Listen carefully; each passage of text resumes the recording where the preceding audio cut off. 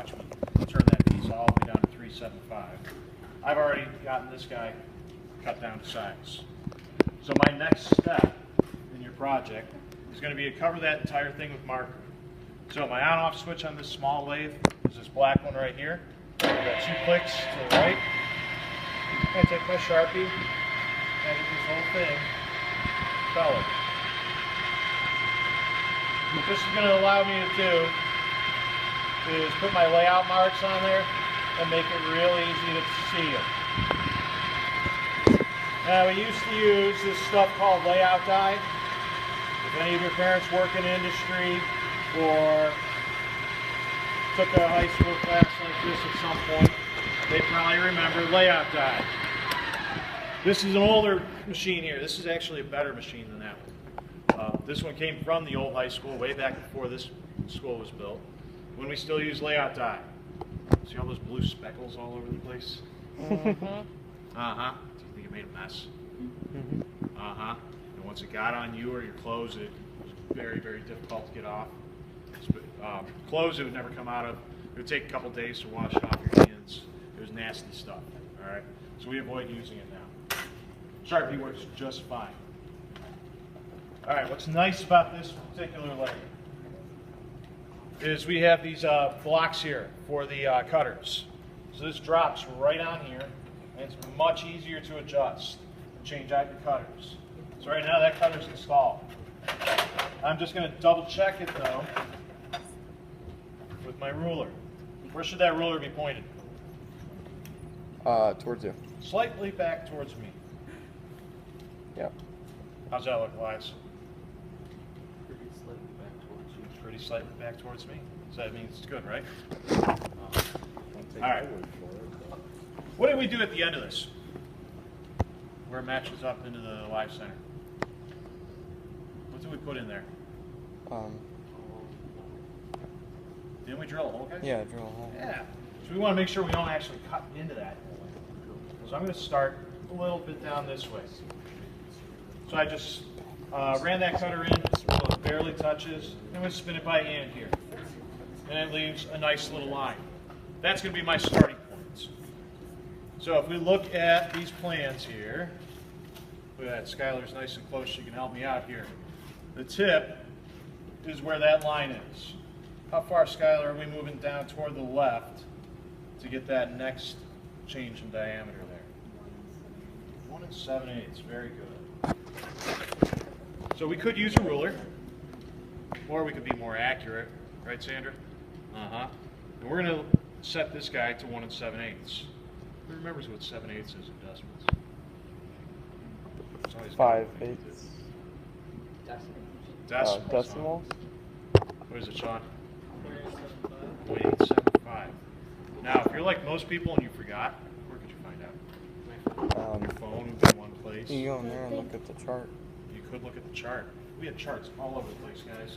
We have one right here that has all your decimal equivalencies. We have one right here. They are all over the room. There's one right behind Jorge and Sandra there, right on the side of that machine. All right? So we got to be real, real accurate here. We're going to be at 0.875, 1.875. Now, later on this week, we are going to teach you guys how to read these. So what I'm going to do is I'm going to use my dial caliper here. I'm going to then line up right over here, move it in, spin it back by hand again. And now Skylar's going to pick somebody to tell me that next little space there, looking at the plans. Of course she's going to pick on her friends. So Patrick, what's this little space here between the handle and the tapered part? 1/8. 1/8. Do you remember what 1/8 is? Very good. Save somebody. Make somebody look it up on the chart. All right, so we got 0.125. We're going to set it to that.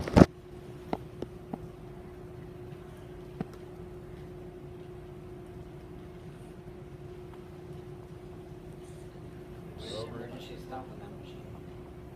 What's that? What is the emergency stop on that machine? It's much older. Much, much older. This is probably about 30, 40 years old. Does that mean it just doesn't have an emergency stop? What's that? So does that mean it just doesn't have an Just emergency doesn't. stop? Yeah. That's good. Here's your main power. All right, and Patrick, pick on somebody to tell me how long a handle part is. Handle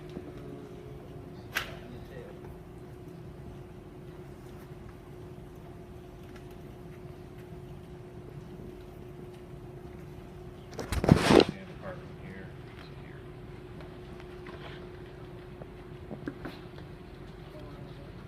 Two and 1/8, so 2.125. We're going to move that down, put there,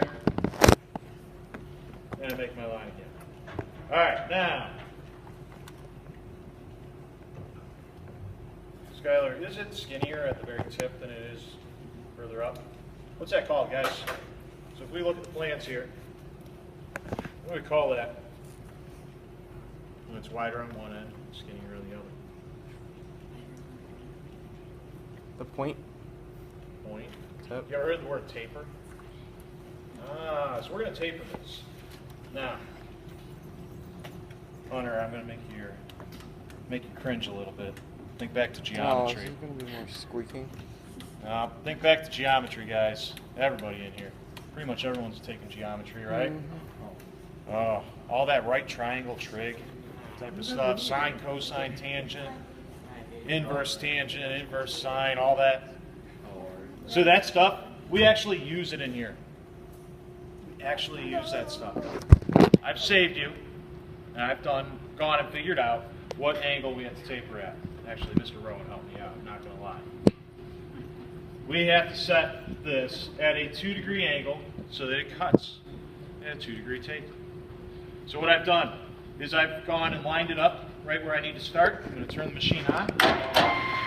How far in am I moving? On my y-axis? 0.03. Andrew's going to put away his phone. 1, 2, 3. Now I'm going to start. Oh, sorry, I wasn't quite touching. All right.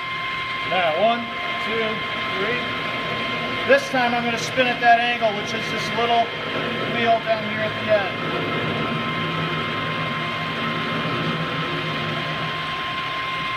What it does is it gradually stops cutting. Unfortunately, there is no auto feed for this part. You guys got to use your muscles a little bit. It's not the end of the world, though.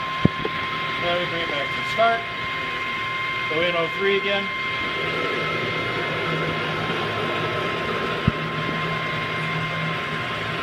We keep it at a nice, consistent pace all the way down. It ends up looking much, much better in the end. Number 13, somebody read it, please.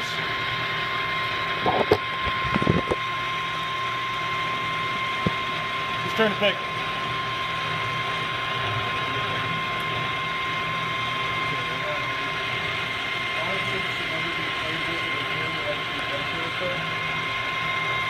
What's going to happen if you play with those chips? Injury could occur. I don't have any right now, but sometimes you will see great big long curly Q chips. Kind of look like Arby's curly fries. You don't want to play with those guys.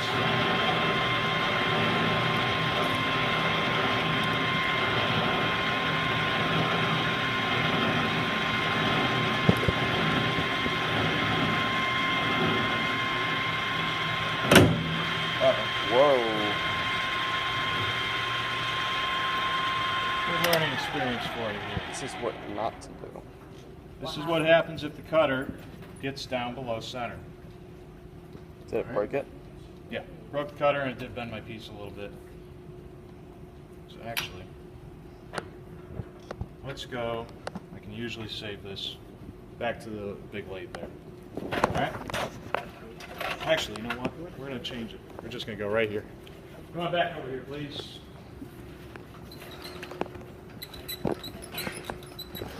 All right, so real quick, we're going to get my measurements back on here.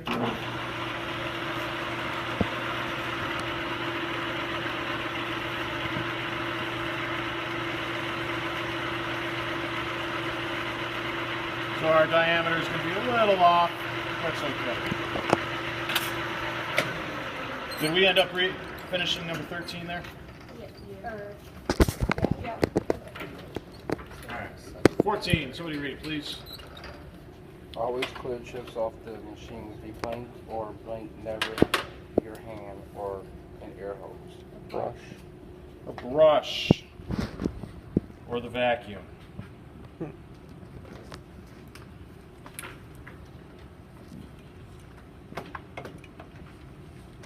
This gives me an opportunity to show you guys another feature on this lathe. We have a jog button right here. So as long as I'm holding that in, it's going to run. Then I'm going to go over 1/8.